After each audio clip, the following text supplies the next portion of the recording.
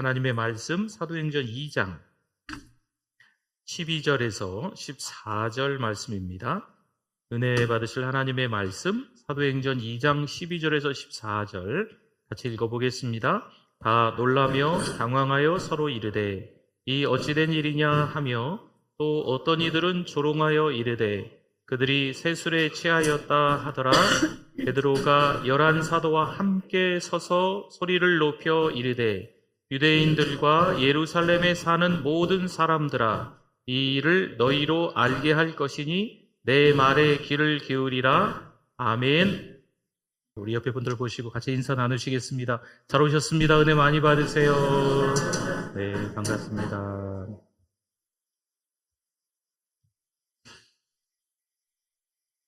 (1941년도에) 있었던 일입니다. 조선 예수교 장로회 총회를 앞두고 목사, 장로, 총대들이 함께 모이게 됩니다. 이들은 먼저 평양에 가서 신사 참배를 함께 다 같이 합니다. 돌아와 예배를 드리기 전에 평안남도 고등 일본인 국장이 강연을 합니다. 다음 1장기의 경례를 하고 궁성 요배를 합니다. 아시겠지만 일본 천황이 있는 곳을 향해서 허리 숙이고 절을 하는 것입니다. 이어서 일본 국가를 부른 다음에 예배를 드리고 지금까지도 참 부끄러운 그런 회무 처리들이 1941년도에 있게 됩니다. 당시 이에 대해 네 그룹이 있었다 합니다. 첫 번째 그룹은 단호하게 거부해서 감옥에 가고 순교하는 분이 있습니다. 조기철 목사님, 손영은 목사님 이런 분들이시죠. 또 한 부류는 적극적인 친일파가 있습니다. 우리 국가는 일본이기 때문에 문제가 없다는 거죠. 이들이 교단의 모든 업무를 다 장악하고 있는 형편입니다. 세 번째 그룹은 산속으로 또는 중국으로 피신한 분이 있습니다. 네 번째 그룹은요, 절하라 하면 절하고 일본 국가 부르라 하면 부르고 그리고 교회 돌아가 목회하는 현실에 타협하는 분들도 있으십니다. 이들의 태도에 대해서 우리가 뭐라고 말할 수 있을까요? 만약 우리가 그 현장에 있었다면 과연 우리는 어떤 그룹에 속할 수 있을까요? 그런 상황이 되면 우리의 태도는 어떨까요? 참 두려운 일입니다. 정말 이런 세상에 살면 믿음 지키기가 어렵지 않을까 생각합니다. 고난 앞에서 이 두려움이 해결되지 않으면요, 예수님을 믿는 게 힘듭니다. 드와이트 무디가 그런 말을 했네요. 하나님의 일꾼을 망가뜨리는 것은 과도한 일이 아니다. 성령 없이 일하는 거다. 그렇습니다. 무엇보다 중요한 것은 성령보다 앞서면 안 됩니다. 과연 성령께서 나에게 무슨 말을 하기를 원하실까? 내가 어떻게 행동하기를 원하실까? 먼저 생각해 보아야 합니다. 디모데후서 3장 12절에서 말씀합니다. 무릇 그리스도 예수 안에서 경건하게 살고자 하는 자는 뭐라고 나옵니까? 박해를 받으리라. 아멘. 경건하게 살고자 하는 자는 고난을 받는다, 핍박을 받는다, 박해를 받는다 라고 기록하고 있습니다. 이런 고난이, 박해가 두려움은 예수님을 믿을 수가 없습니다. 고난 앞에서 두려움이 해결돼야 합니다. 베드로전서 4장 12절 13절에서도 말씀하지요. 사랑하는 자들아, 너희를 연단하려고 오는 무슨 시험입니까? 불시험을 이상한 일 당하는 것 같이 이상히 여기지 말고 오히려 너희가 그리스도의 고난에 참여하는 것으로 어떻게 하라? 즐거워하라. 이는 그의 영광을 나타나실 때에 너희로 즐거워하고 기뻐하게 하려 함이라. 아멘. 베드로 사도가 이야기하는 것이요, 예수님을 따르려면 불시험이 찾아온다라는 거예요. 그런데 이상히 여기지 말라는 거죠. 예수 믿는 데 있어서 고난이 찾아오는 건, 고통이 찾아오는 건, 당황스럽고 황당한 일이 찾아오는 건 어찌 보면 당연하다라는 겁니다. 오히려 그 고난에, 그 핍박에 참여하는 것으로 어떻게 하라? 즐거워하라 라고 말씀이 기록되어 있네요. 여러분, 고난의 흔적 있어야 한다는 겁니다. 스티그마라고 해요. 믿음의 사람들이 갖는 흔적, 고난의 흔적, 상처 있어야 한다는 거죠. 고난의 흔적으로 예수님을 잘 믿는지 안 믿는지도 압니다. 요한웨슬레 목사님이 목회를 하시다가 교회에서 쫓겨납니다. 이유가 뭘까요? 제대로 복음을 전해서입니다. 십자가와 부활 그리고 성령의 역사에 대해서 강력하게 설교했더니 교회에서 나가라 합니다. 그래서 웨슬레가 교회에서 쫓겨나 길거리에 나가서 복음을 전하는 거예요. 길거리에 나가서 복음을 전하고 성령의 역사가 길거리에서부터 일어나는 거죠. 한 교파가 그 길거리에서부터 성령 운동으로 시작이 되는 겁니다. 여러분 잘 생각해 보세요. 안 믿는 사람들이 우리 주변에 꽤나 많은데 내가 핍박을 받지 않는 거죠. 신앙생활을 하는 게 너무 편해요. 그럼 내 신앙을 한번 돌아봐야 합니다. 유럽의 교회들이 혼전 순교를 말하지 않습니다. 동성애 반대를 하지 않습니다. 부부가 정절을 지키는 것을 말하지 않습니다. 원수를 사랑해라, 예수님을 잘 믿어라, 이렇게 별로 설교하지 않습니다. 그러니 유럽 교회에 박해가 없어요. 교회가 아주 평안합니다. 그렇죠. 무슨 말일까요? 고난이 싫으면 교회가 세상과 타협하면 된다는 거지요.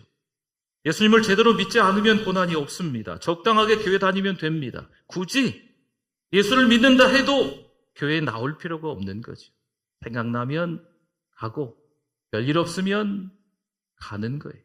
딴 일 있으면 굳이 교회 한 번 안 간다고 몇 번 안 간다고 이런 식으로 대수롭지 않게 생각하는 거죠.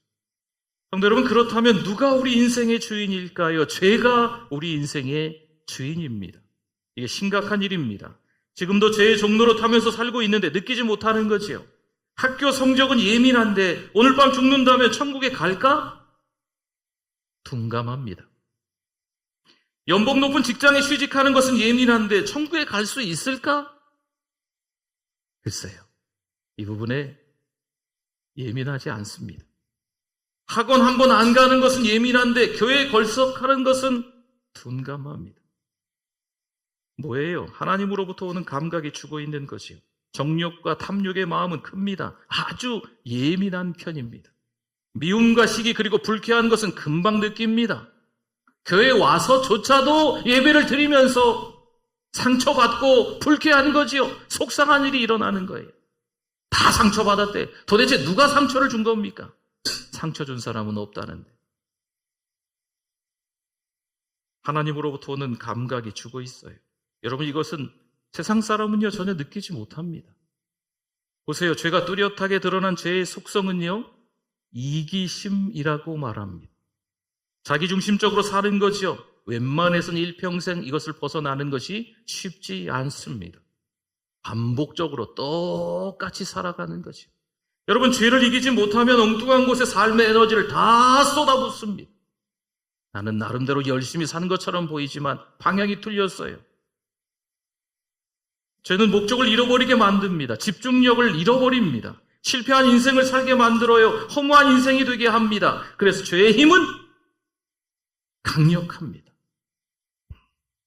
그런데 성령이 임하시면 그 죄가 힘을 잃습니다.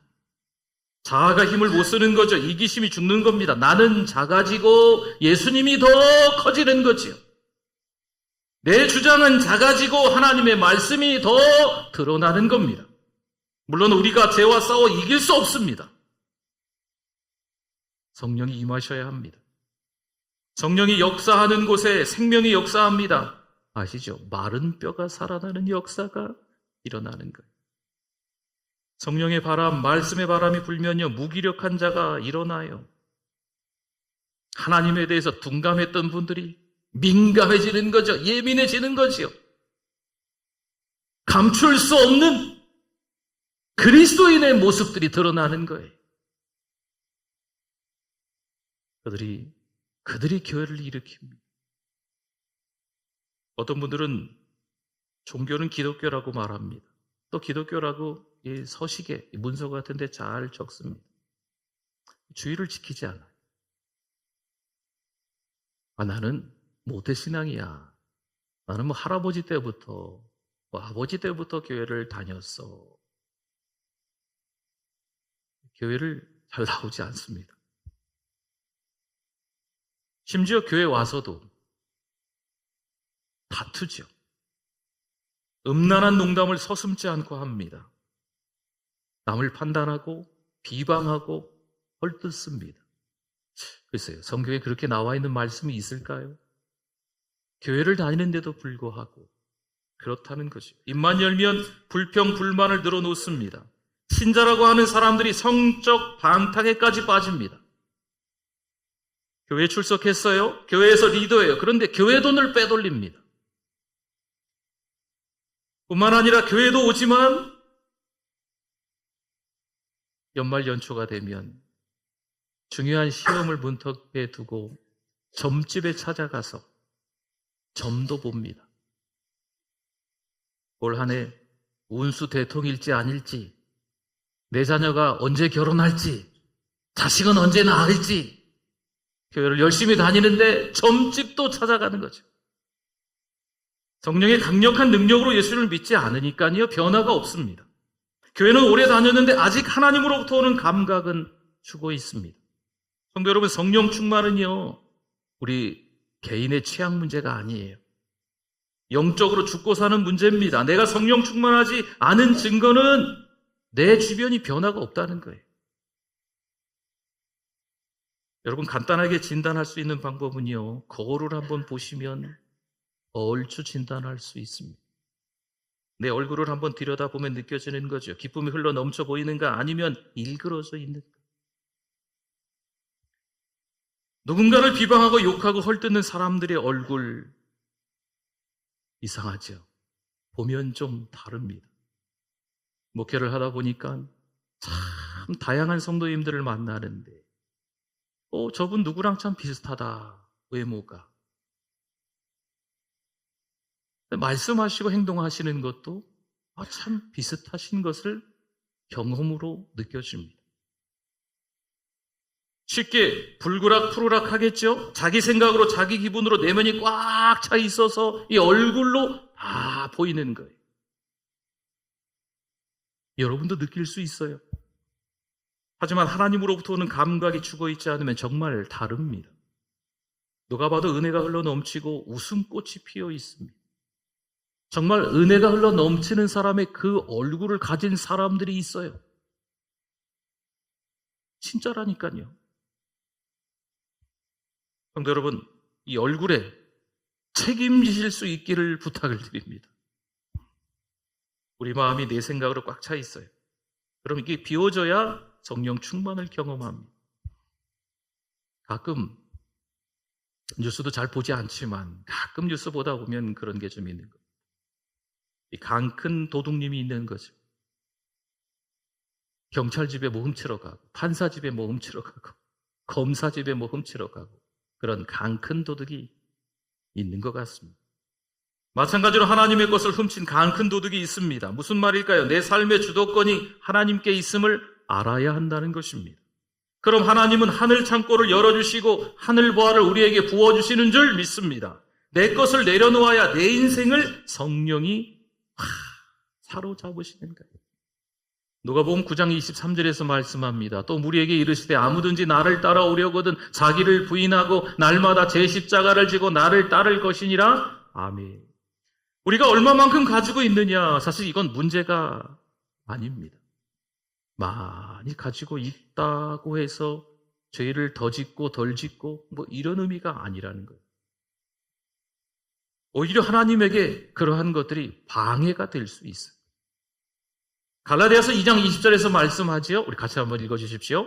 내가 그리스도와 함께 십자가에 못 박혔나니 그런즉 이제는 내가 사는 것이 아니요 오직 내 안에 그리스도께서 사시는 것이라. 이제 내가 육체 가운데 사는 것은 나를 사랑하사 나를 위하여 자기 자신을 버리신 믿음 안에서 사는 것이니라. 아멘. 내 삶의 주도권이 누구에게 있다?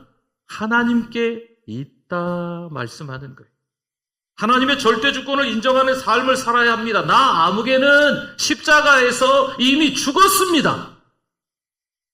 내가 사는 것이 아니라 오직 내 안에 그리스도께서 사시는 것입니다. 이제 내가 육체 가운데 사는 것은 나를 사랑하사 나를 위하여 자기 자신을 버리신 하나님의 아들을 믿는 믿음 안에서 사는 것입니다.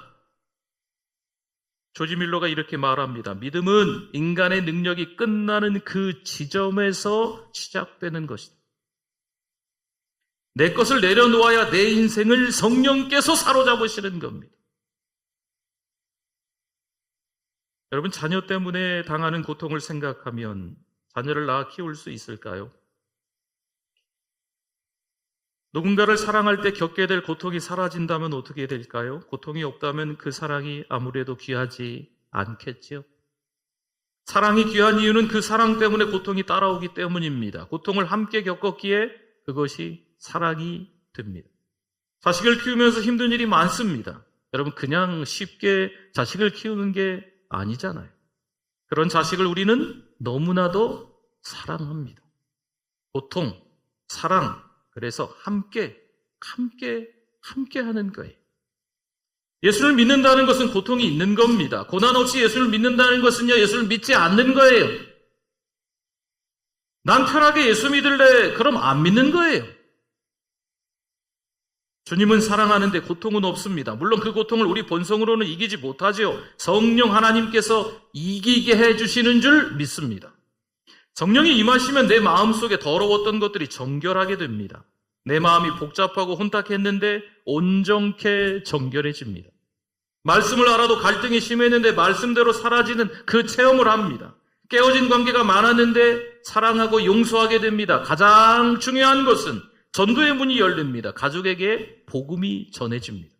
이유가 뭘까요? 내가 성령 받아서 변화됐기 때문입니다. 성령이 왜 오셨을까요? 본능을 주시기 위해서겠죠. 성령이 왜 오셨을까요? 하나님이 사랑하시는 자와 함께하고 싶어서입니다. 13절에 보니까요. 또 어떤 이들은 조롱하여 이르되 그들이 세술에 취하였다 하더라. 아멘. 난 교양 있게 조용히 예수 믿고 싶어. 나는 광신자가 아니야. 광신자가 되라는 말씀은 아닙니다. 하지만 말씀 조심히 하셔야 됩니다. 예수 믿는 사람들은 조롱받아야 됩니다.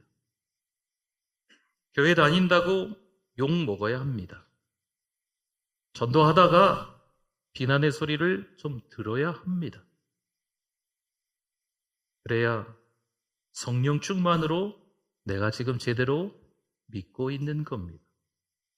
신앙생활을 해도 늘 안전한 것 같고 신앙생활을 하면 할수록 나는 안전지대에 거하는 것 같다 생각하시면 이건 한번 생각해 보셔야 합니다. 신앙생활하는 거 만만치 않습니다. 일제시대만 그런 게 아니고 오늘날도 마찬가지라는 거죠. 여러분, 한 주간 어떻게 사시겠습니까? 한 주간 성령 충만함으로 살아가실 수 있기를 부탁합니다. 아멘. 같이 기도하겠습니다. 오늘 말씀 생각하면서 저도 여러분들도 회개하셨으면 좋겠습니다. 강단에서 설교하는 저조차도 참 부끄럽습니다. 이 말씀을 전하면서 이대로 다 살고 있는가? 저 자신 없어요. 저도 하나님 앞에 회개하고 여러분들도 하나님 앞에 회개하고 한 주간 동안 성령 충만으로 살기 원합니다. 기도하셨으면 좋겠습니다. 우리 두 손 높이 드시고 주여 한번 부르짖고 기도합니다. 주여. 하나님 아버지 감사합니다. 하나님의 은혜와 하나님의 사랑 가운데 살아가는 우리들인 줄 믿습니다. 참 부족합니다. 부끄럽습니다. 하나님. 말만 잘하는 목사 되지 말게 하나님 도와주시옵소서. 하나님 입만 살아있는 우리들 되지 않게 하여 주시고 정말 기도하는 우리들, 말씀을 전하는 우리들, 전도하는 우리들, 선교하는 우리들, 영혼을 살리는 공동체 되게 해주실 줄 믿습니다. 하나님이 기뻐하시는 우리들 되게 하여 주시옵소서. 하나님, 비웃음을 당해도 복음 전할 수 있도록 끝까지 어떻게 하냐 이런저런 쓴소리를 들어도 하나님 앞에서 믿음으로 살아낼 수 있는 우리 성도들의 직장에서의 삶, 가정에서의 삶이 될 수 있도록 하나님 은혜를 더하여 주시옵소서. 하나님 아버지, 은혜를 감사합니다. 믿음으로 살아보려고 하는데 자꾸 넘어집니다. 정신 차려보면 세상 문화의 한복판에서 세상과 벗하며 있는 우리의 모습을 보게 됩니다. 하나님 용서하여 주시옵소서. 한 주간 동안 다시 한번 믿음으로 살아낼 수 있도록 성령께서 역사하여 주실 줄 믿습니다. 성령 충만을 허락하여 주시옵소서. 예수님의 이름으로 기도드립니다. 아멘.